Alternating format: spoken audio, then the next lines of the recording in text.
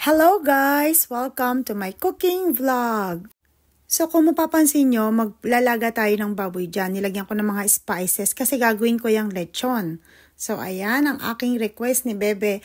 Ang nakakatuwa kay Bebe, nung nag-request siya sa akin nito, pinakita niya pa talaga sa akin yung pictures kasi hindi niya nga masabi yung pangalan niya. So sisig naman pala.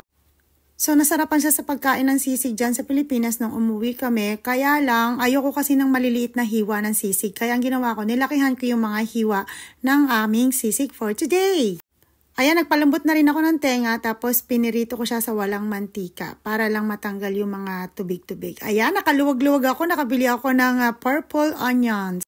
Ayan yung mga gulay na ilalagay ko. Next, maggigisa tayo ng 20 pesos na butter lang dyan sa tabing tindahan ang nilagi kong nilalagay. And then, ayun na nga, seasoning, salt and pepper. Yan na yung mga gulay.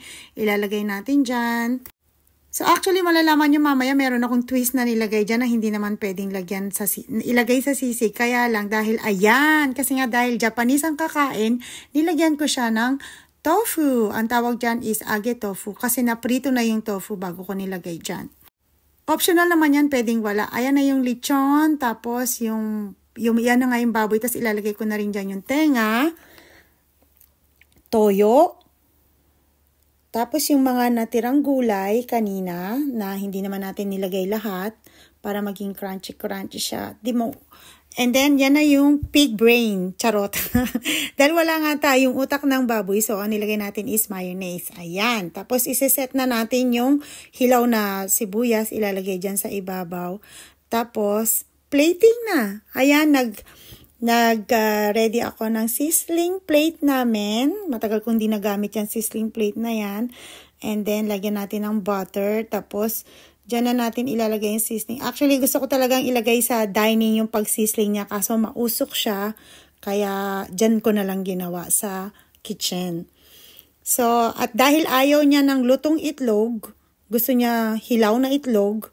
So, medyo nag-late ako ng lagay ng itlog para hilaw siya. Ayan yung egg natin. And then, lalagyan pa natin siya ng final touch mamaya pag nasa table na. Yung parsley and mga sili-siling green. Yun ang ilalagay natin dyan sa ibabaw. So, ayan na nga.